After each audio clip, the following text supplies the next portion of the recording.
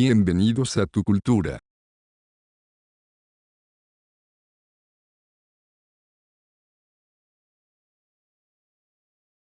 Prólogo. El presente ensayo fue escrito en 1916. Recientemente descubierto por los estudiantes del Instituto CGU, se ha publicado como edición particular en su primera versión provisional, aunque traducido al inglés. He revisado estilísticamente el manuscrito, sin perjuicio de su ideario ni de la inevitable limitación de sus horizontes, con el fin de darle una forma lista para su publicación. Al cabo de 42 años, el problema no ha perdido nada de actualidad, si bien su exposición requeriría muchas ampliaciones, como podrá observar a simple vista cualquier conocedor de la materia. Por desgracia, mi avanzada edad no me permite someterme a tan considerable esfuerzo. De ahí que este ensayo, con todas sus imperfecciones, pueda tener el valor de un documento histórico y sirva para dar a conocer los esfuerzos de comprensión que supusieron los primeros intentos de interpretar sintéticamente el acontecimiento psíquico en el proceso psicoterapéutico.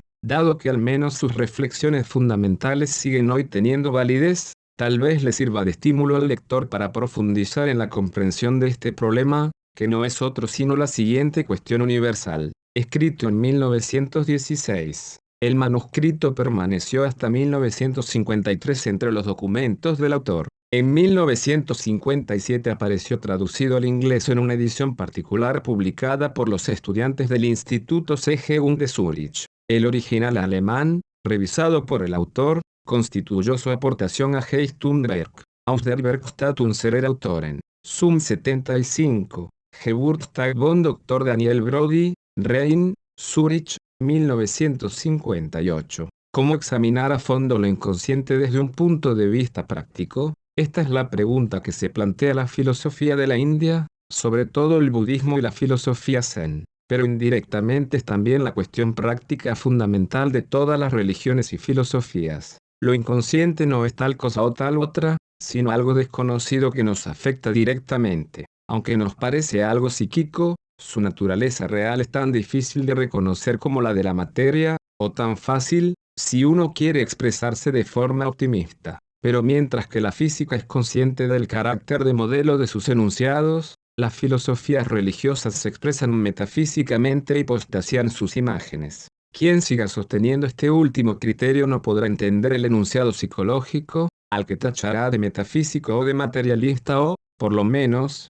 de agnóstico, cuando no de gnóstico. De ahí que estos críticos todavía medievales me acusen unas veces de místico y gnóstico y otras de ateo. He de subrayar que este malentendido es el principal obstáculo para la comprensión. Se trata de cierta laguna cultural que no conoce todavía la crítica del conocimiento y, por ese motivo, supone ingenuamente que el mito ha de ser históricamente verdadero o, de lo contrario, no es nada en absoluto. Para esta gente la utilización de enunciados mitológicos y folcloristas en relación con circunstancias psicológicas es algo completamente acientífico. Con este prejuicio se cierra el acceso a la psicología de lo inconsciente y, con ello, el camino que lleva a la evolución del interior del hombre, cuyo fracaso intelectual y moral es uno de los descubrimientos más dolorosos de nuestra época. Todo el que tiene algo que decir habla de que se debería hacer tal cosa y habría que hacer tal otra, sin darse cuenta de que así está admitiendo su propio y lamentable desvalimiento. Todos los remedios que puede aconsejar son precisamente los que le han fallado.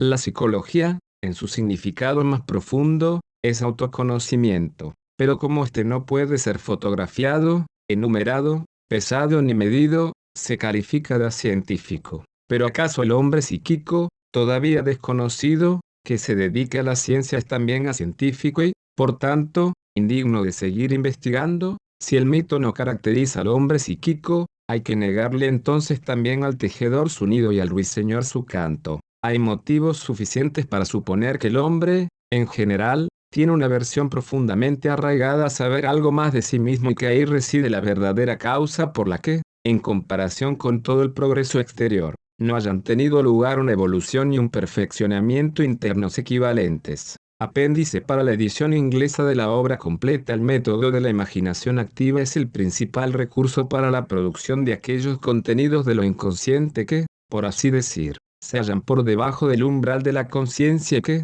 una vez intensificados, serían los primeros en irrumpir espontáneamente en ella. De ahí que este método tenga sus peligros y no debiera ser aplicado sin un control médico. Otro riesgo menor consiste en no obtener ningún resultado, pues es fácil que su proceder se convierta en la denominada asociación libre de Freud, con lo que el paciente va a parar a la estéril órbita de sus complejos, de la que, naturalmente, seguirá sin poderse liberar. Otro riesgo, en sí mismo inofensivo, estriba en que, aunque se produzcan contenidos auténticos, el paciente sin embargo solo les presta un interés exclusivamente estético, con lo que permanecerá aferrado a su aspecto fantasmagórico, como es obvio. Así no se consigue nada. El sentido y el valor de estas fantasías no se revelan hasta que están integradas en el conjunto de la personalidad, es decir, hasta que uno no afronta su verdadero sentido y se enfrenta a ellas moralmente. Finalmente, un tercer peligro y, en determinadas circunstancias,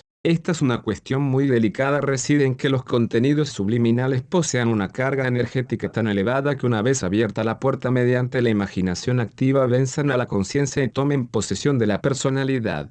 De ahí surge un estado que al menos, temporalmente no se diferencia de una esquizofrenia y que incluso puede convertirse en un intervalo auténticamente psicótico. Así pues, este método no es ningún juego para niños. El menosprecio del que generalmente es objeto lo inconsciente contribuye de forma considerable a la peligrosidad del método. Por otro lado, sin embargo, supone un recurso psicoterapéutico inestimable. Bajo el nombre de función trascendente no ha de entenderse nada misterioso ni, por así decir, metafísico, sino una función psicológica que, a su manera, puede ser comparada con la función matemática del mismo nombre que articula números imaginarios y reales. La función trascendente psicológica deriva de la unión de los contenidos conscientes e inconscientes. 132. Cualquiera que se dedique a la psicología analítica sabrá por experiencia que la conciencia y lo inconsciente rara vez coinciden en cuanto a contenido y tendencia. Esta falta de paralelismo no es, como demuestra la experiencia, fortuita ni casual, se basa en que lo inconsciente se comporta respecto a la conciencia de manera compensatoria o complementaria. Esto mismo puede formularse también al revés y decir que la conciencia se comporta de manera complementaria respecto a lo inconsciente. Esta relación se debe a que, 1 grados, los contenidos de lo inconsciente poseen un valor de umbral, de tal manera que todos los elementos demasiado débiles se quedan en lo inconsciente. 2 grados, la conciencia, en virtud de sus funciones direccionales, ejerce una inhibición sobre cualquier material incompatible, que Freud denominó censura, por lo que este material incompatible queda a merced de lo inconsciente. 3 grados, la conciencia constituye el proceso de adaptación momentánea, mientras que lo inconsciente abarca todo el material olvidado del pasado individual, así como todas las huellas de las funciones estructurales dejadas por el espíritu humano en general. 4 grados, lo inconsciente abarca todas las combinaciones de las fantasías que todavía no se han vuelto supraliminales y que, con el paso del tiempo, dadas las circunstancias adecuadas, saldrán a la luz de la conciencia. Del conjunto de estos factores se desprende por sí sola la actitud complementaria de lo inconsciente respecto a la conciencia. 134. La direccionalidad y carácter concreto de los contenidos de la conciencia son propiedades muy tardíamente adquiridas en la historia de la filogénesis, de la que, por ejemplo, el hombre primitivo actual carece en gran medida. Asimismo, estas muy quebrantadas en el neurótico, que se diferencia de una persona normal en que su umbral de conciencia es más desplazable o, dicho en otros términos, su pared divisoria entre la conciencia y lo inconsciente es más permeable. El psicótico, finalmente, se halla completamente bajo la influencia directa de lo inconsciente. La direccionalidad y carácter concreto de la conciencia son una conquista importantísima que la humanidad ha obtenido a base de los mayores sacrificios y que le han prestado grandes servicios. Sin ello, sencillamente no existirían ni la ciencia ni la técnica ni la civilización, pues todas ellas requieren persistencia, regularidad, determinación y direccionalidad del proceso psíquico. Desde el funcionario de grado superior, pasando por el médico, el ingeniero, hasta el jornalero, estas propiedades son para todos un requisito indispensable. En general, la falta de valor social aumenta en la medida en que estas propiedades son derogadas por lo inconsciente. De todos modos, también hay excepciones en este sentido, como por ejemplo las dotes creativas. Quienes las poseen sacan provecho precisamente de la permeabilidad de su pared divisoria entre la conciencia y lo inconsciente. En cambio, Para las organizaciones sociales, que requieren regularidad y fiabilidad, estas personas excepcionales no valen gran cosa. Por esta razón, no solo es comprensible, sino también imprescindible, que el proceso psíquico sea en cada caso lo más firme y determinado posible, pues así lo exigen las necesidades de la vida. La ventaja de estas propiedades va, sin embargo, unida a un gran inconveniente. El hecho de estar dirigidas implica la inhibición o exclusión de todos aquellos elementos psíquicos que, aparente o realmente, sean incompatibles, es decir, que puedan desviar de su sentido la dirección previamente trazada y encauzar el proceso hacia un objetivo no deseado, y en que se reconoce que el material psíquico adicional es incompatible. Este reconocimiento se basa en un acto de juicio que establece la dirección del camino emprendido y deseado. Este juicio es unilateral, ya que escoge un solo camino a costa de todas las demás posibilidades. El juicio parte siempre de la experiencia, es decir, de lo que ya es conocido. Así pues, por regla general, nunca se basa en lo nuevo, que todavía es desconocido y que, en determinadas circunstancias, podría enriquecer sustancialmente el proceso dirigido. Y es natural que no pueda basarse en lo nuevo, por cuanto que los contenidos inconscientes no pueden alcanzar la conciencia. Por medio de estos actos de juicio, el proceso dirigido se vuelve necesariamente unilateral, aun en el caso de que el juicio racional sea general y aparentemente sin prejuicios. Al fin y al cabo, incluso la racionalidad del juicio puede ser un prejuicio, puesto que es racional aquello que nos parece irrazonable. En consecuencia, lo que no nos parece razonable es excluido precisamente por su carácter irracional, el cual, aunque realmente puede ser irracional, también puede que solo nos lo parezca sin serlo. La unilateralidad es una propiedad inevitable, por necesaria, del proceso dirigido, ya que toda dirección es unilateral. La unilateralidad es una ventaja y a la vez un inconveniente. Aun en el caso de que no parezca haber ningún inconveniente externamente reconocible, sin embargo hay siempre una contraposición igualmente pronunciada en lo inconsciente. A no ser que se trate directamente del caso ideal de una completa coincidencia de todos los componentes psíquicos en una misma dirección, un caso cuya posibilidad teórica es indiscutible pero que rara vez se da en la práctica. La contraposición en lo inconsciente es inofensiva mientras no presente valores energéticos superiores. Pero si a consecuencia de una excesiva unilateralidad aumenta la tensión entre los opuestos, la contratendencia irrumpe en la conciencia, y lo hace, por lo general, precisamente en el momento en que más importancia tendría la puesta en práctica del proceso dirigido. Eso le pasa, por ejemplo, al orador que se equivoca al hablar precisamente cuando más le importa no decir ninguna tontería. Ese momento es crítico porque acusa la máxima tensión energética, la cual, estando lo inconsciente ya cargado, salta y desencadena el contenido inconsciente. 139. Nuestra vida civilizada exige una actividad de la conciencia concentrada y dirigida y, de este modo, corre el riesgo de una excesiva separación de lo inconsciente. Porque cuanto más capaz sea uno de distanciarse de lo inconsciente mediante un funcionamiento dirigido,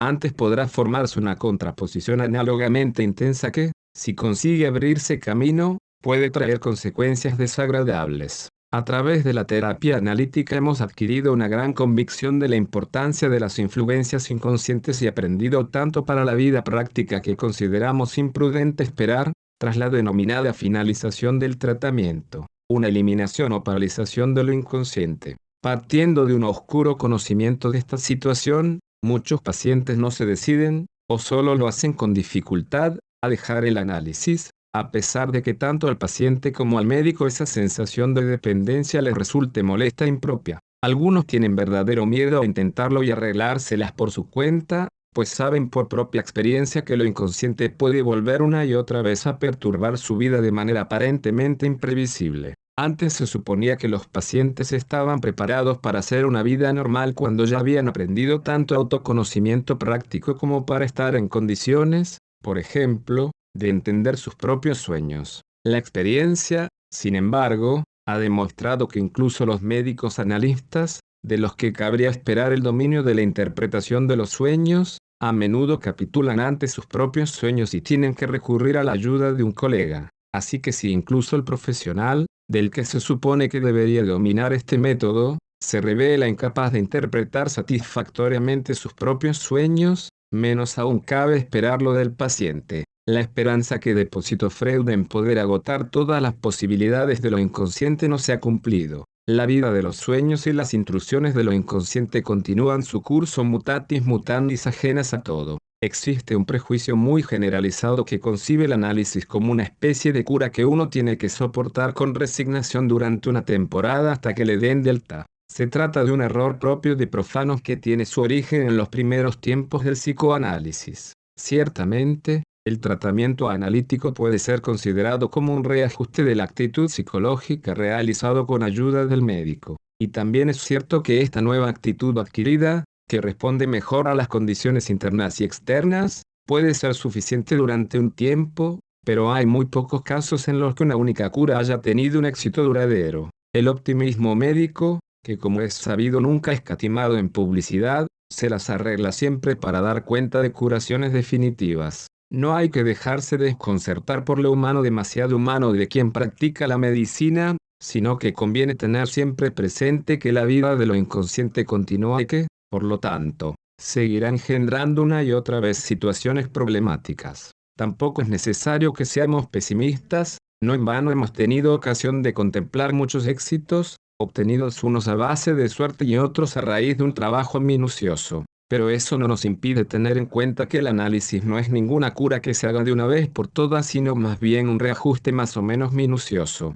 Lo que no existe, sin embargo, es un cambio que se mantenga durante un plazo de tiempo muy largo. La vida se renueva una y otra vez. Es cierto que existen actitudes colectivas extremadamente duraderas que posibilitan soluciones típicas de los conflictos. También lo es que una actitud colectiva sirve para que el individuo se adapte fácilmente a la sociedad. Sin embargo, la dificultad del paciente radica precisamente en que su situación individual no se deja adaptar fácilmente a una norma típica, sino que requiere una solución individual del conflicto. Si lo que se pretende es conservar la capacidad de enfrentarse a la vida del conjunto de la personalidad, ninguna solución racional puede satisfacer este cometido, y no existe absolutamente ninguna norma colectiva que pueda sustituir a una solución individual sin algún perjuicio. La nueva actitud adquirida a través del análisis acaba por resultar tarde o temprano insuficiente en algún aspecto. Y dado el constante fluir de la vida, que exige continuas adaptaciones, esta insuficiencia es necesaria, pues no hay reajuste que sirva para siempre. No obstante, se podría formular la pretensión de que el método del tratamiento fuera de tales características que, a lo largo de la vida, se pudieran efectuar reorientaciones sin ninguna dificultad. Y hasta cierto punto así es, como demuestra la experiencia. A menudo vemos que los pacientes que han pasado por un análisis detenido, más tarde, cuando se someten a reajustes, se encuentran con muchísimas menos dificultades. Pero aún así, esas dificultades siguen siendo bastante frecuentes y, en ocasiones, bastante molestas. De ahí que a menudo incluso aquellos pacientes que han pasado por un tratamiento minucioso se dirijan de nuevo a su antiguo médico en busca de ayuda. En comparación con la práctica general de la medicina, esto no tiene nada de particular, sin embargo, no solo desmiente cierto entusiasmo terapéutico poco recomendable, sino también la idea de que el análisis supone una cura a la que basta con someterse una sola vez. Al fin y al cabo, es muy improbable que alguna vez pueda existir una terapia del tipo que sea que elimine para siempre todas las dificultades. El hombre necesita tener dificultades, pues forman parte de su salud. Es solo la magnitud desproporcionada de tales dificultades lo que resulta superfluo. La cuestión terapéutica fundamental no es solo cómo eliminar la dificultad momentánea, sino también cómo enfrentarse con éxito a las futuras dificultades. La pregunta que debe uno plantearse es, ¿qué clase de actitud mental y moral hace falta para enfrentarse a las influencias perturbadoras de lo inconsciente? ¿Y cómo se le puede transmitir esa actitud al paciente? La respuesta, obviamente, estriba en eliminar la separación entre conciencia e inconsciente. Esto no se hace condenando parcialmente los contenidos de lo inconsciente mediante una decisión consciente, sino antes bien reconociendo y teniendo en cuenta el sentido que tienen aquellos para compensar la unilateralidad de la conciencia.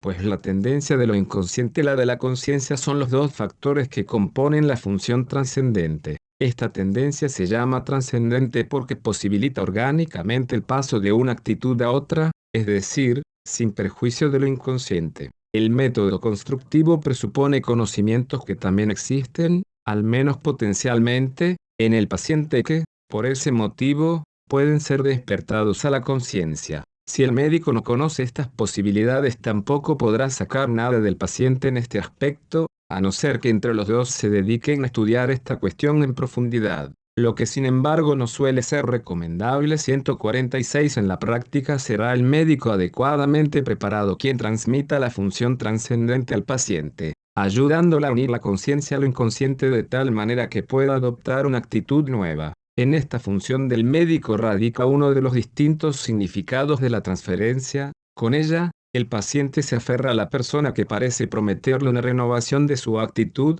Por medio de la transferencia, el paciente intenta adquirir esa transformación que para él es esencial, aun en el caso de no ser consciente de ello. De ahí que el médico tenga para el paciente el carácter de una figura imprescindible y absolutamente necesaria para vivir. Por muy infantil que pueda parecer esta dependencia, expresa sin embargo una expectativa de suma importancia para el paciente, el cual, si ve truncadas sus esperanzas, no es raro que se lo pague al médico con un odio cerval. Por eso resulta interesante saber cómo es esa expectativa oculta en la transferencia, ya que se tiende a concebir esa exigencia solo desde el punto de vista reductivo, en el sentido de una fantasía erótica infantil. Eso supondría que esa fantasía, que normalmente hace referencia a los padres, fuera interpretada al pie de la letra, como si el paciente o, mejor dicho, su inconsciente volviera a tener o siguiera teniendo esa expectativa tal y como la tenía de niño respecto a sus padres. Por su apariencia externa,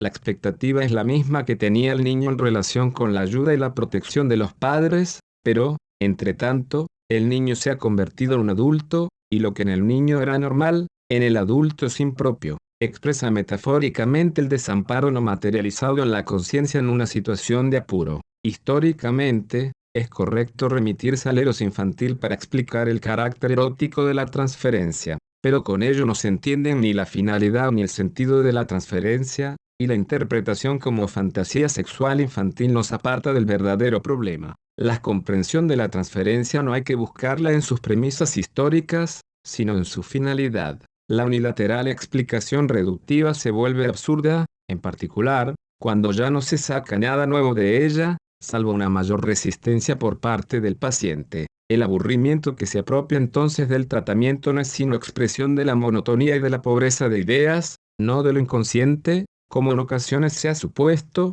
sino del analista, que no entiende que estas fantasías han de ser interpretadas desde un punto de vista no solo concretista reductivo, sino ante todo constructivo. Desde esta perspectiva constructiva, muchas veces cambia de repente la situación de bloqueo, mediante el tratamiento constructivo de lo inconsciente, es decir, preguntándose por el sentido y por la finalidad, se ponen los cimientos para la comprensión de ese proceso que denomino función trascendente. No estaría de más intercalar aquí un comentario acerca de una objeción que se ha oído con frecuencia, que el método constructivo es sugestión. Este método ciertamente se basa en que el símbolo, es decir, la imagen onírica o la fantasía, ya no es valorado semióticamente, es decir, como signo de los procesos instintivos elementales, sino simbólicamente, entendiendo por símbolo una expresión que reproduce de la mejor manera posible una situación compleja y todavía no comprendida con claridad por la conciencia. A través de la descomposición analítica de esta expresión, solo se consigue explicar sus componentes elementales originarios. Con ello no se pretende negar que una mayor comprensión de los elementos tenga, hasta cierto grado, también sus ventajas, sin embargo, pasa por alto la cuestión de la finalidad. De ahí que la descomposición del símbolo en este estadio del análisis sea reprobable. El método para intentar averiguar el sentido insinuado por el símbolo es en principio el mismo que el de la descomposición analítica. Se recogen las ocurrencias del paciente, que por lo general son suficientes incluso para ser utilizadas sintéticamente. Su aplicación también se efectúa en un sentido simbólico, no semiótico. La pregunta es la siguiente: ¿a qué sentido aluden las ocurrencias A, B grande, C, etc., contempladas junto al contenido manifiesto del sueño? Una paciente soltera soñó que alguien le entregaba una magnífica y antiquísima espada profusamente engalanada, que había sido desenterrada de un túmulo. Ocurrencias de la paciente: la espada de su padre. Una vez la empuñó delante de ella el sol y su brillo la dejó particularmente impresionada. Su padre era, en todos los sentidos, un hombre resuelto y voluntarioso, de temperamento fogoso y dado a las aventuras amorosas. Una espada de bronce celta. La paciente se jacta de su origen celta. Los celtas son temperamentales, fogosos y apasionados. Los adornos de la espada tienen un aspecto misterioso, antigua tradición, runas, signos de sabiduría antigua, culturas antiquísimas, patrimonio de la humanidad desenterrado de la tumba y sacado de nuevo a la luz. En este caso no hizo falta que el médico aportara más analogías. De las asociaciones de la paciente se había obtenido todo lo necesario. A este tratamiento del sueño se le puede objetar que está basado en la sugestión, pero entonces se olvida completamente que una sugestión para la que no existe ninguna predisposición interna nunca es admitida, o si después de mucho insistir se desvanece de inmediato. Una sugestión admitida durante un largo periodo de tiempo responde siempre a una fuerte predisposición psicológica, que sencillamente es desencadenada por la denominada sugestión. De ahí que esta objeción sea irreflexiva, pues atribuye a la sugestión una fuerza mágica que en modo alguno posee. Si así fuera, la terapia sugestiva sería de una eficacia sin precedentes y convertiría los procedimientos analíticos en absolutamente superfluos. Aparte de eso, la objeción de la sugestión no tendría en cuenta el hecho de que las propias ocurrencias de la paciente aluden al significado cultural de la espada. Tras esta digresión, volvamos a la cuestión de la función trascendente. Vemos que durante el tratamiento la función trascendente parece, por así decir, artificialmente provocada, puesto que está muy respaldada por la ayuda del médico. Sin embargo, si el paciente llegara a valerse por sí mismo, con el tiempo podría prescindir de la ayuda externa. Lo ideal sería que fuera capaz de interpretar sus sueños, pues son el instrumento ideal para hacer una síntesis de los datos. Interpretación analítica. Interpretación constructiva. La paciente tiene un marcado complejo paterno y muchas fantasías eróticas en torno al padre, al que perdió a una edad temprana. Siempre se ponía en el lugar de la madre, aunque poniendo una gran resistencia frente al padre. Nunca pudo conquistar a un hombre parecido a su padre, de ahí que eligiera, contra su voluntad, hombres débiles y neuróticos. También en el análisis muestra una fuerte resistencia contra el médico padre. El sueño desentierra su deseo del arma del padre. Una anticipación teórica aludiría aquí sin más a una fantasía fálica. Es como si la paciente necesitara un arma así. Su padre tenía el arma. Era un hombre resuelto y vivía de acuerdo con ello, asumiendo también las dificultades de su temperamento, por lo que, aunque llevaba una vida agitada y turbulenta, no estaba neurótico. El arma es un antiguo patrimonio de la humanidad que yacía enterrado en la paciente y que sale a relucir gracias a la labor de desenterramiento, análisis. El arma está relacionada con la inteligencia y la sabiduría. Es un instrumento de ataque y de defensa. El arma del padre era una voluntad apasionada e inflexible con la que se abría paso a través de la vida. La paciente, hasta entonces, era lo contrario en todos los sentidos. Ahora se da cuenta de que las personas también pueden tener voluntad y no necesitan ir a la deriva, como ella había creído siempre. La voluntad basada en la sabiduría de la vida y en la inteligencia es un viejo patrimonio de la humanidad que también ella posee, pero que hasta ahora estaba enterrado, pues incluso en este aspecto es la hija de su padre, de lo que hasta ahora, por ser una niña mimada y por su modo de ser llorón e infantil, no se había dado cuenta. La paciente era extremadamente pasiva y vivía entregada a las fantasías sexuales, inconscientes y conscientes, pero la dificultad práctica de analizar uno mismo sus propios sueños es demasiado grande. Para utilizar la función trascendente necesitamos los datos de lo inconsciente. En principio, el sueño se revela como la expresión de los procesos inconscientes a la que se accede con mayor comodidad. El sueño es, por así decirlo, un producto puro de lo inconsciente. Los cambios que experimenta el sueño durante el proceso de venir a la conciencia son indudables, pero no merecen demasiada atención, ya que también ellos son de procedencia inconsciente, por lo tanto, no son desfiguraciones deliberadas. Los posibles cambios respecto a la imagen original del sueño provienen de un estrato más superficial de lo inconsciente, por esta razón, constituyen un material inconsciente igualmente aprovechable. Son postinvenciones basadas en el sueño. Lo mismo cabe decir de las frecuentes imágenes adicionales que emergen libremente en el duermevela nada más despertarse. puesto que el sueño procede del dormir, acusa a sí mismo todas las características de la Weissenmenda de un nivel mental, Ganet, es decir, la escasa tensión energética, discontinuidad lógica, fragmentación, creación de analogías, asociaciones superficiales de naturaleza lingüística, acústica y formal, contaminaciones, irracionalidad de la expresión, confusión, etc. Con una mayor tensión energética, los sueños adquieren un carácter más ordenado, adoptan una composición dramática, muestran un sentido más claro y coherente, incrementando el valor de sus asociaciones. Del mismo modo que la tensión energética generalmente es muy escasa mientras se duerme, así también los sueños, en comparación con los contenidos de la conciencia, son expresiones pobres de los contenidos inconscientes, cuyo aspecto constructivo, a diferencia del reductivo, es muy difícil de comprender. De ahí que los sueños sean, por lo general, un material poco apropiado o difícilmente aprovechable para la función trascendente,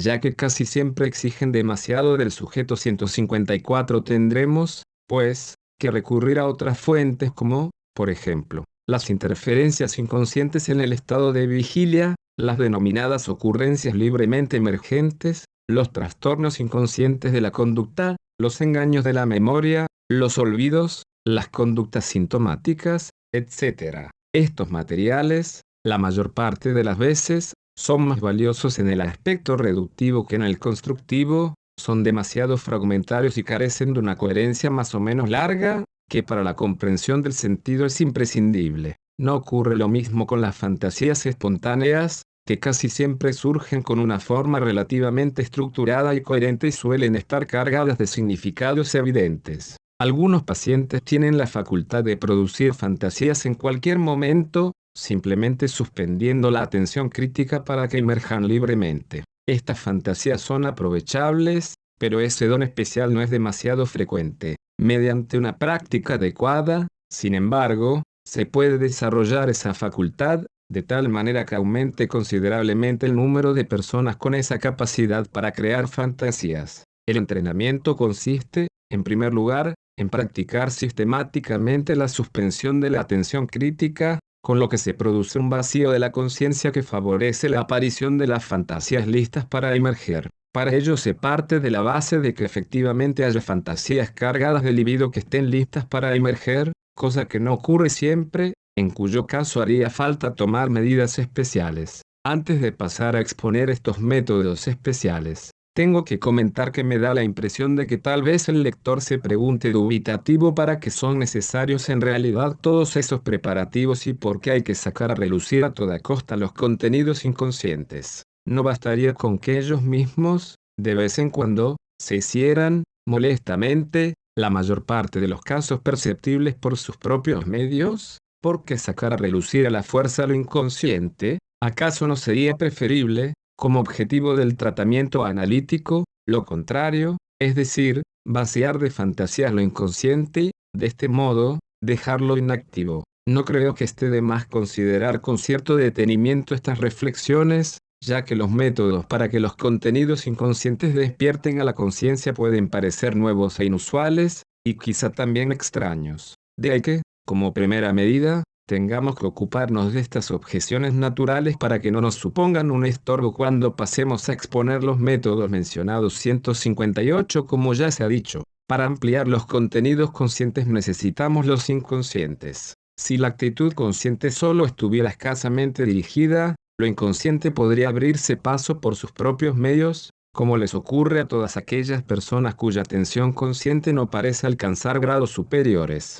Por ejemplo, los primitivos. En este caso, no hace falta tomar medidas especiales para acceder a lo inconsciente, es más, en cierto sentido nunca hay que tomar medidas especiales con ellos, pues quien menos conoce su lado inconsciente más influido está por él, solo que sin ser consciente de ello. La secreta cooperación de lo inconsciente en la vida está presente siempre y en todas partes, por lo que no es necesario buscarla. Lo que se busca es despertar a la conciencia los contenidos inconscientes que estén en vías de influir en nuestra conducta. De este modo, lo que se evita es precisamente la secreta intromisión de lo inconsciente y sus desagradables consecuencias. 159. Es cierto que uno puede preguntarse, porque no se le puede dejar a lo inconsciente abandonado a sí mismo. Quien todavía no haya tenido malas experiencias en este aspecto naturalmente no buscará ningún motivo para controlar lo inconsciente. Pero quien haya pasado por esas experiencias dará la bienvenida a la mera posibilidad de controlar lo inconsciente. La direccionalidad es una necesidad imprescindible del proceso consciente, pero, como ya hemos visto, implica una unidireccionalidad inevitable. Dado que la psique es un aparato autorregulador, como el cuerpo vivo, lo inconsciente tiene siempre preparado el correspondiente contraefecto regulador. Si no existiera la direccionalidad de la función consciente, podrían entrometerse sin más las influencias opuestas de lo inconsciente. Pero es precisamente la direccionalidad la que las excluye, aunque naturalmente no anula el contraefecto, que se produce de todos modos. La influencia reguladora del contraefecto es eliminada, sin embargo, por la atención crítica y por una voluntad consciente de su propósito, ya que el contraefecto como tal no parece encajar en la direccionalidad consciente. En ese sentido, la psique del hombre civilizado ya no es un aparato autorregulador, sino algo comparable a una máquina cuya regulación automática de la velocidad es, por una parte, tan insensible que puede continuar su actividad hasta perjudicarse a sí misma,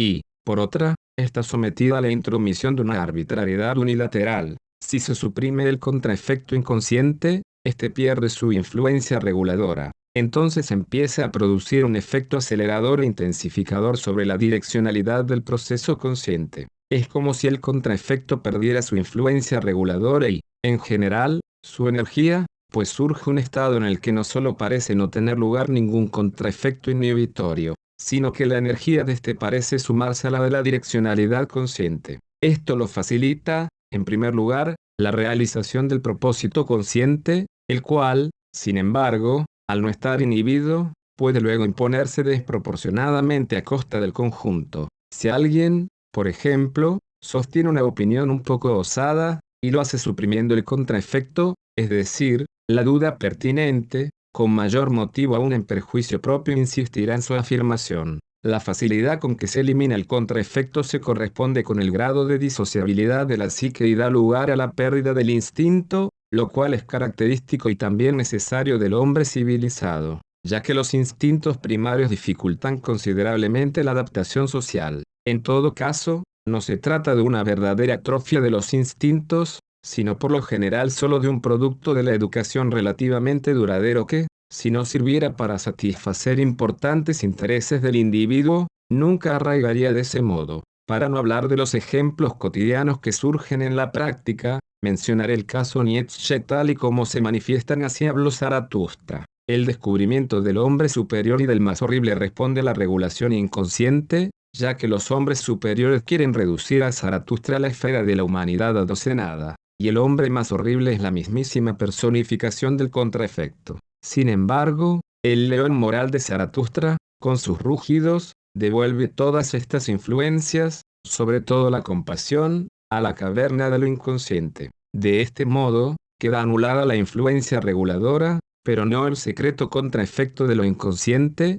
que se manifiesta con toda claridad en los escritos de Nietzsche. Este busca primero al adversario en Wagner, al que no puede perdonarle su Parsifal, pero toda su ira se centra enseguida en el cristianismo y, especialmente, en San Pablo, con cuya vida coincidió en algunos aspectos. Como es sabido, la psicosis le llevó, antes que nada, a identificarse con el crucificado y con el despedazado sagreo. Con esta catástrofe salió a relucir el contraefecto. 163. Otro ejemplo es ese caso clásico de delirios de grandeza que se ha conservado en el cuarto capítulo del libro de Daniel. Cuando Nabucodonosor se hallaba en la cúspide del poder, tuvo un sueño que le presagiaba una desgracia si no se humillaba. Daniel interpretó el sueño muy profesionalmente, pero nadie le hizo caso. Los acontecimientos posteriores, sin embargo, dieron la razón a su interpretación, pues Nabucodonosor, tras haber eliminado la influencia reguladora inconsciente,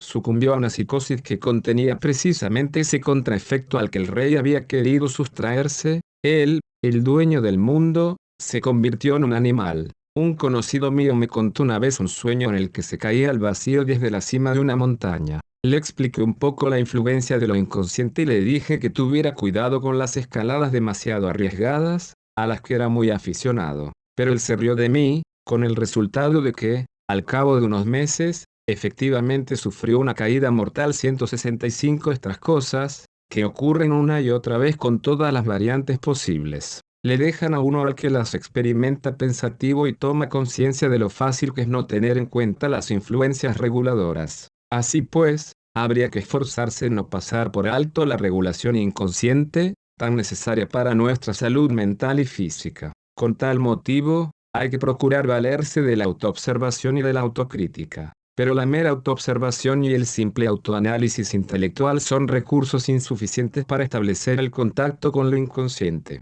Aunque al hombre no le faltan nunca experiencias desagradables, todo el mundo teme arriesgarse a cualquiera de ellas, en especial si cree ver la más mínima posibilidad de eludirla. La tendencia a evitar cuanto antes lo desagradable es completamente legítima, y el conocimiento de las influencias reguladoras, en muchos casos, puede efectivamente ayudar a eludir las malas experiencias innecesarias. No es necesario dar rodeos cuando estos no están marcados por una irritación especial, sino por dificultades fatigosas, como ocurre con frecuencia. Basta con que demos rodeos y nos perdamos en terreno desconocido e inexplorado, pero extraviarse en las amplias avenidas de un terreno habitado es sencillamente indignante. Esto se puede evitar mediante el conocimiento de los factores reguladores. La pregunta que se plantea ahora es la siguiente: ¿cuáles son las posibilidades y los recursos de los que disponemos para el conocimiento de lo inconsciente? Si no contamos con una producción espontánea de fantasías, habrá que valerse de un artificio.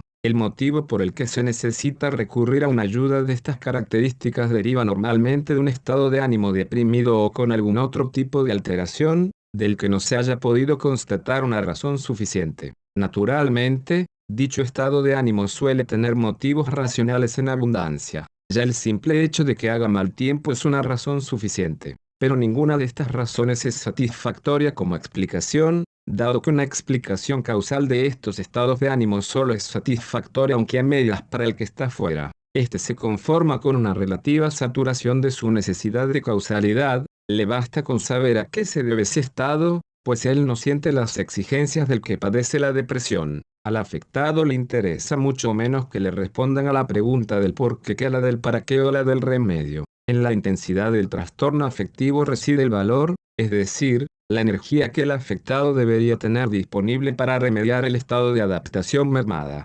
Reprimiendo este estado o desvalorizándolo racionalmente no se consigue nada. Para lograr apoderarse de esa energía que se halla en un lugar impropio, se toma el estado afectivo como base o punto de partida del procedimiento. Como más conciencia se toma del propio estado de ánimo es sumergiéndose por completo en él y fijando por escrito todas las fantasías y demás asociaciones que vayan surgiendo. Hay que dejar volar la imaginación lo más libremente posible, aunque no hasta el punto de que se salga del ámbito de su objeto, es decir, del afecto. No se debe, pues, seguir haciendo asociaciones hasta el infinito. La denominada asociación libre pasa por alto el objeto y nos lleva hacia unos complejos de lo que no se sabe con certeza si se refieren al afecto o si constituyen desplazamientos que lo suplantan. De este procedimiento resulta una expresión más o menos completa del estado de ánimo, la cual reproduce concreta o simbólicamente el contenido de la turbación. Dado que ésta no tiene su origen en la conciencia, sino que supone una inoportuna interferencia por parte de lo inconsciente, la expresión resultante es, por así decir, una imagen de los contenidos y tendencias de lo inconsciente incluidos sin globo en la turbación. El procedimiento supone una especie de enriquecimiento e ilustración del afecto y hace que éste se aproxime a la conciencia junto con sus contenidos. De este modo, el afecto adquiere expresividad, por lo que al mismo tiempo se vuelve comprensible. Este efecto puede ya por sí solo ejercer una influencia favorable y estimulante. En cualquier caso, se crea una situación nueva en la que el afecto, hasta entonces inconexo, se convierte en una idea más o menos clara y articulada, y ello gracias al buen recibimiento y a la cooperación por parte de la conciencia. Esto supone el inicio de la función trascendente, a saber, la colaboración entre los datos inconscientes y los conscientes. El trastorno afectivo también puede dilucidarse de otra manera, no ya intelectualmente, pero sí al menos gráficamente. Los pacientes que estén dotados para la pintura o el dibujo pueden expresar el afecto mediante una imagen. No se trata de realizar una representación técnica o estéticamente satisfactoria, sino de dejar volar la imaginación y hacer lo que buenamente se pueda. En principio, este procedimiento coincide con el anteriormente descrito. También en este caso se crea un producto de influencia inconsciente y consciente que encarne al esfuerzo de lo inconsciente por salir a la luz y, simultáneamente, la aspiración de la conciencia a la substancia. Pero a menudo hay casos en los que no existe ninguna turbación afectiva claramente definida, solo un malestar general indefinido e incomprensible, un sentimiento de resistencia a todo, una especie de aburrimiento o deterioro de carácter indefinible, o algo así como un vacío de difícil explicación. En estos casos, no existe ningún punto de partida determinado, sino que antes habría que crearlo. Aquí hace falta una particular introversión de la libido, tal vez incluso respaldada por unas condiciones externas favorables, como la tranquilidad absoluta, en especial de noche, que es cuando la libido tiene de por sí una tendencia a la introversión. Es de noche. Ahora es cuando hablan más alto las fuentes saltarinas, y también mi alma es una fuente saltarina, como dice Nietzsche. La atención crítica debe ser eliminada. Los visualmente capacitados deberán concentrar sus expectativas en que se produzca una imagen interna. Por regla general, se producirá tal imagen de la fantasía, tal vez hipnagógica, que habrá de ser minuciosamente examinada y fijada por escrito. Los que están capacitados para lo acústico-lingüístico suelen oír palabras en su interior. Al principio, quizás solo sean fragmentos de frases aparentemente sin sentido que, sin embargo, también habrán de ser detenidamente contemplados y fijados por escrito. Hay quienes en esos momentos solo perciben su otra voz, no pocos poseen una especie de crítico juez interior que juzga su conducta. Los enfermos mentales oyen esa voz en forma de alucinaciones en voz alta. Pero también las personas normales con una vida interior algo desarrollada pueden reproducir sin dificultad esa voz inaudible. Sin embargo, como suele ser molesta y rebelde, casi siempre la reprimen. Como es natural, a estas personas no les resulta difícil establecer la relación con el material inconsciente y crear así la condición previa para la función trascendente 171. Hay también otras personas que ni ven ni oyen en su interior, pero cuyas manos tienen la facultad de expresar contenidos de lo inconsciente. Tales personas se valen provechosamente de materiales plásticos. Son relativamente escasos aquellos cuyas capacidades motrices posibilitan que lo inconsciente se manifieste a través del movimiento, como por ejemplo el baile. El inconveniente de que los movimientos no se puedan fijar por escrito ha de ser compensado dibujando después tales movimientos con todo detalle para que no desaparezcan de la memoria.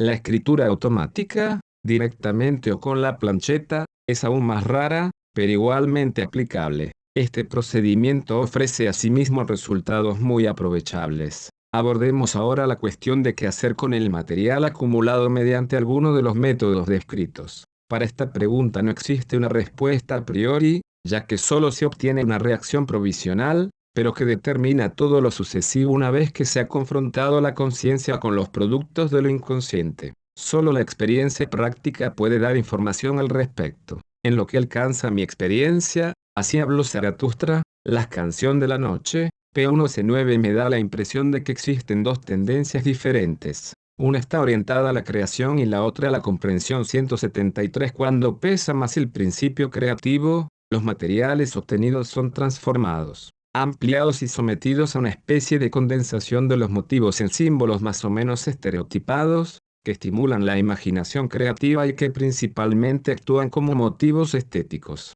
Esta tendencia da origen al problema estético de la creación artística. Cuando, por el contrario, pesa más el principio de la comprensión, el aspecto estético interesa relativamente poco y, a veces, incluso resulta un impedimento. Sin embargo, se establece una relación muy estrecha con el significado del producto inconsciente. Mientras que la creación estética tiene tendencia a aferrarse al aspecto formal del motivo, la comprensión intuitiva se propone con frecuencia atrapar el sentido al vuelo, a partir de las meras e insuficientes alusiones que ofrece el material, sin tener en cuenta aquellos elementos que habrían salido a relucir si se hubiera procedido con más cuidado. Estas dos tendencias no se manifiestan por un acto arbitrario, sino que son el resultado de la personalidad individual. Ambas tienen sus riesgos, es decir, sus típicos errores y desvíos. El peligro de la tendencia estética es la sobrevaloración de lo formal, es decir, del valor artístico de las creaciones producidas,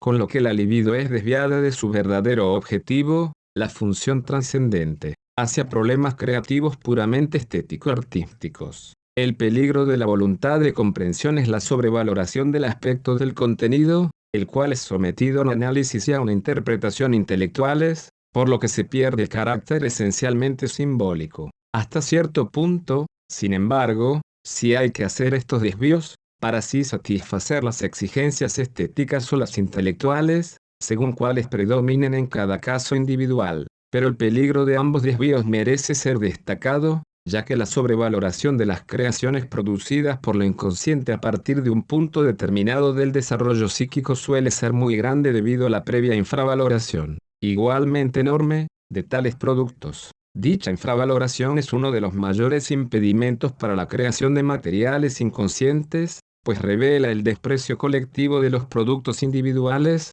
Nada es bueno o bello si no encaja en el esquema colectivo. Ciertamente, el arte contemporáneo empieza a hacer intentos de compensar este aspecto. Lo que falta no es el reconocimiento colectivo del producto individual, sino su apreciación subjetiva, es decir, la comprensión de su significado y de su valor para el sujeto. El sentimiento de inferioridad con respecto al propio producto, naturalmente, no es algo general, y tampoco es raro lo contrario, es decir, una sobrevaloración ingenua y acrítica con pretensiones de un reconocimiento colectivo obligado. Cuando se supera el inicialmente entorpecedor sentimiento de inferioridad es fácil caer en lo contrario, a saber, en una sobrevaloración igualmente grande. En el caso contrario, la sobrevaloración inicial se transforma a menudo en un escepticismo desvalorizante. El error de estos juicios radica en la falta de independencia y en la inconsciencia del individuo, que o bien solo sabe medir en valores colectivos o bien,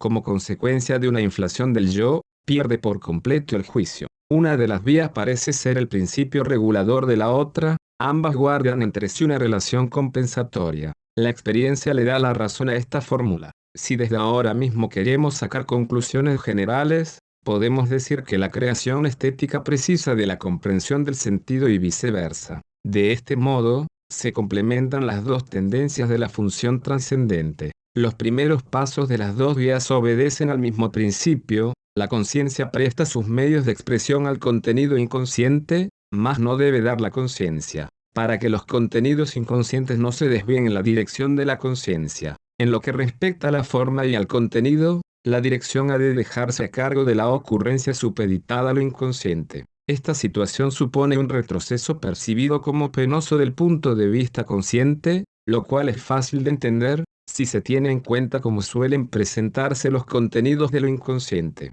como cosas que o bien son por naturaleza demasiado débiles para traspasar el umbral de la conciencia, o bien son incompatibles y quedan excluidas por múltiples razones. La mayoría de las veces son contenidos irracionales en parte, inoportunos sí, en parte, inesperados, cuya no contemplación o represión resulta comprensible sin más. Solo una pequeña parte de los contenidos tiene un valor inusual desde el punto de vista colectivo o desde el subjetivo. Los contenidos que colectivamente carecen de valor pueden ser de un gran valor desde una perspectiva individual. Este hecho se manifiesta a través de la acentuación afectiva, independientemente de si ésta es percibida por el sujeto como algo positivo o negativo. También la sociedad discrepa en cuanto a la acogida de ideas nuevas y desconocidas que afecten a su emocionalidad. El objetivo del procedimiento inicial es el hallazgo de contenidos sentimentalmente acentuados, ya que se trata siempre de situaciones en las que la unilateralidad de la conciencia choca con la resistencia de la esfera de los instintos. Las dos vías no se dividen hasta que una se rige por el aspecto estético y la otra, en cambio, por el aspecto intelectual y moral. El caso ideal sería una justa posición proporcionada a una alternancia rítmica de ambas posibilidades. La una sin la otra parece algo casi imposible, aunque a veces la encontremos en la experiencia, a costa del sentido. La voluntad creativa se apodera del objeto, o bien la voluntad comprensiva se impone anticipadamente a la creación. Los contenidos inconscientes tienden a manifestarse primero con claridad, cosa que solo pueden hacer a través de la creación, y solo pueden ser juzgados después, una vez que se han comprendido todos sus enunciados. Por esta razón, el propio Freud hacía que los contenidos de los sueños se enunciaran, por así decir, en forma de asociaciones libres, antes de ser interpretados. No en todos los casos es suficiente con explicar el contexto conceptual del contenido de un sueño. A menudo se impone la necesidad de ilustrar los contenidos imprecisos mediante una creación visible,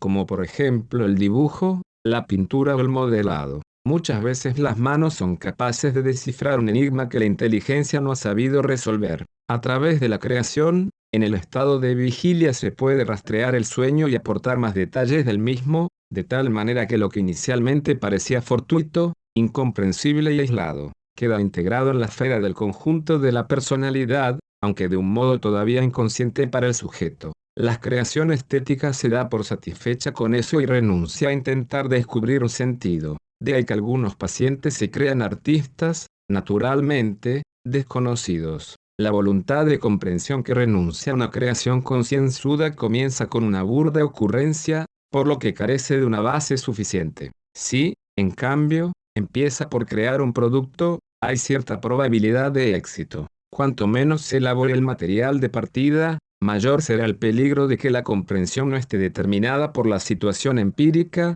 sino por prejuicios teóricos y morales. La comprensión de la que se trata en esta etapa radica en la construcción del sentido que hipotéticamente parece albergar la primera ocurrencia. Está claro que un procedimiento de estas características solo se puede llevar a cabo legítimamente si existe suficiente motivo. Únicamente se puede dejar la dirección a cargo de lo inconsciente si en él está viva la voluntad de dirección. Esto, sin embargo, solamente ocurre cuando la conciencia se halla en alguna situación de apuro. Si se consigue proporcionar una forma creativa al contenido inconsciente y entender el sentido de lo creado, se plantea entonces la cuestión de cómo se comporta el yo con respecto a esta situación. Así da comienzo la relación entre el yo y lo inconsciente. Esta es la segunda y la más importante parte del procedimiento, la aproximación de los opuestos, así como el origen y el inicio de una tercera parte, la función trascendente. En esta tercera etapa, la dirección ya no está en manos de lo inconsciente sino del yo.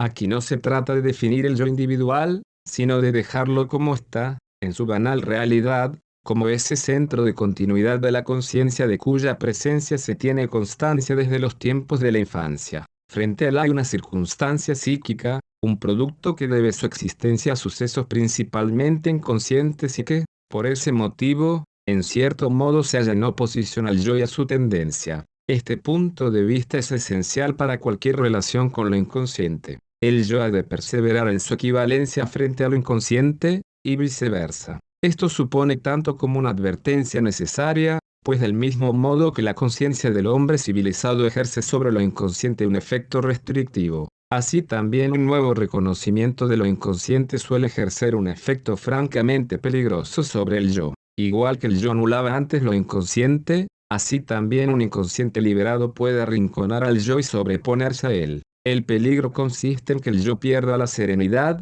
es decir, que ya no sepa defender su existencia frente al embate de los factores afectivos, una situación que a menudo se da al comienzo de una esquizofrenia. Sin embargo, este peligro no existiría o sí, pero en menor medida si la relación con lo inconsciente pudiera hacer desaparecer la dinámica de los afectos. Y esto es lo que normalmente se intenta a través de la estetización o de la intelectualización de la posición contraria. Pero la relación con lo inconsciente ha de abarcar todos los aspectos, pues la función trascendente no es un proceso parcial que pueda transcurrir con algún tipo de limitación, sino un suceso global en el que están comprendidos o, mejor dicho, han de estar comprendidos todos los aspectos. De ahí que el afecto tenga que ser utilizado en todo su valor. Aunque la estatización y la intelectualización son magníficas armas contra los afectos amenazadores, sin embargo solo pueden aplicarse cuando se trata de una amenaza vital, y no para sustraerse a una obligación. 184. Gracias al minucioso análisis de Freud,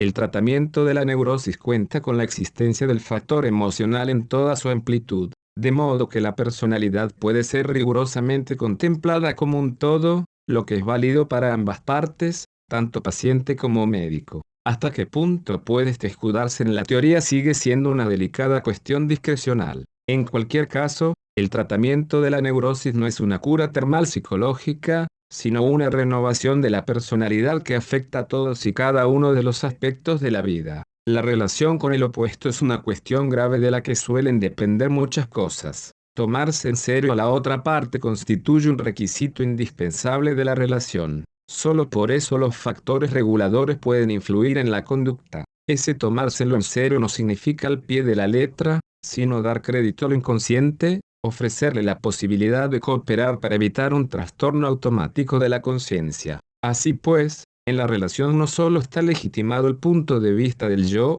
también a lo inconsciente se le otorga su autoridad correspondiente. Aunque el que dirige la relación es el yo, también se le concede la palabra a lo inconsciente, audiatura et altera pars, donde mejor se comprueba cómo se puede dirigir esas relaciones en aquellos casos donde se percibe la otra voz más o menos claramente. Para este tipo de gente resulta técnicamente muy sencillo fijar por escrito la otra voz y responder a su enunciado desde el punto de vista del yo. Es como si se entablara un diálogo entre dos personas con igualdad de derechos, una cree en la otra capaz de formular un argumento válido y, por ese motivo, merece la pena unar o diferenciar claramente los puntos de vista opuestos mediante comparaciones y discusiones concienzudas. Pero dado que el camino hacia la unificación rara vez es directo, hay que soportar por regla general un largo conflicto que exige sacrificios por ambas partes. Una relación de esta clase podría también darse entre médico y paciente, y lo más probable sería que al primero le tocara desempeñar el papel de abogado del diablo.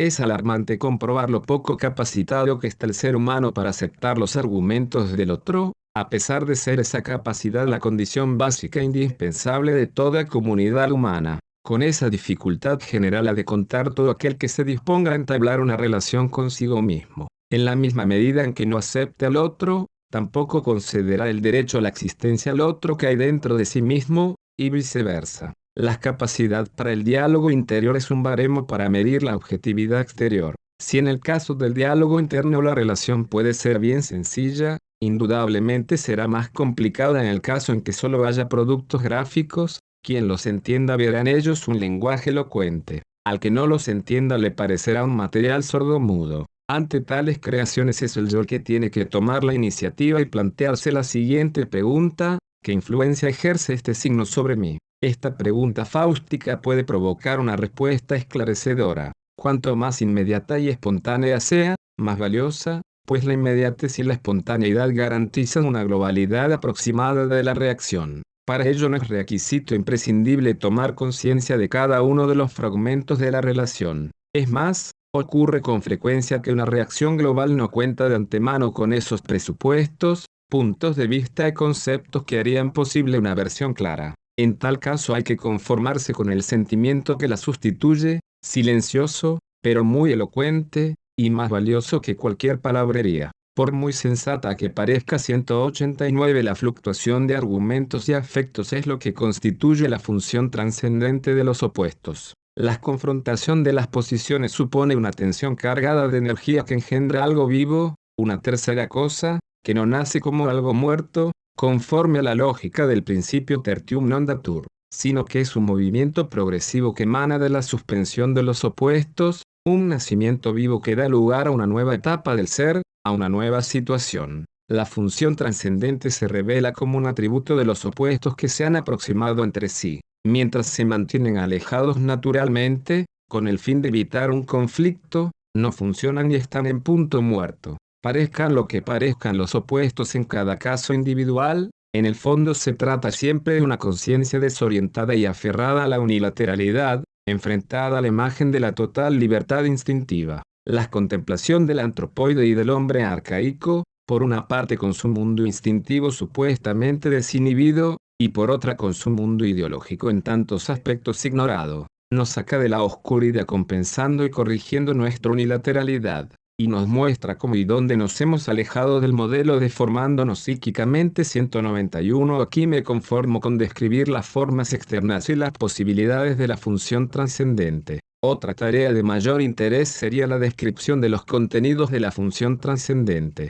Aunque ya hay bastante material al respecto, quedan todavía sin embargo por eliminar todas las dificultades de su descripción. Aún es necesario realizar una serie de trabajos preliminares para crear la base abstracta sobre la que asentar una descripción clara y comprensible de tales contenidos. Por desgracia, La experiencia me dice que hasta el momento el público científico en general no está aún en condiciones de seguir tales reflexiones y descripciones psicológicas, ya que adoptan una postura demasiado personal o interponen el prejuicio filosófico-intelectual, lo cual imposibilita una apreciación ecuánime de los aspectos psicológicos. El personalmente afectado juzga siempre de manera subjetiva, declarando imposible todo aquello que para él no vale o prefiere no saber. Por eso mismo es incapaz de comprender que lo válido para él, para otra persona con una psicología diferente en determinadas circunstancias no vale en absoluto. En cualquier caso, todavía estamos a años luz de un esquema aclaratorio de validez universal.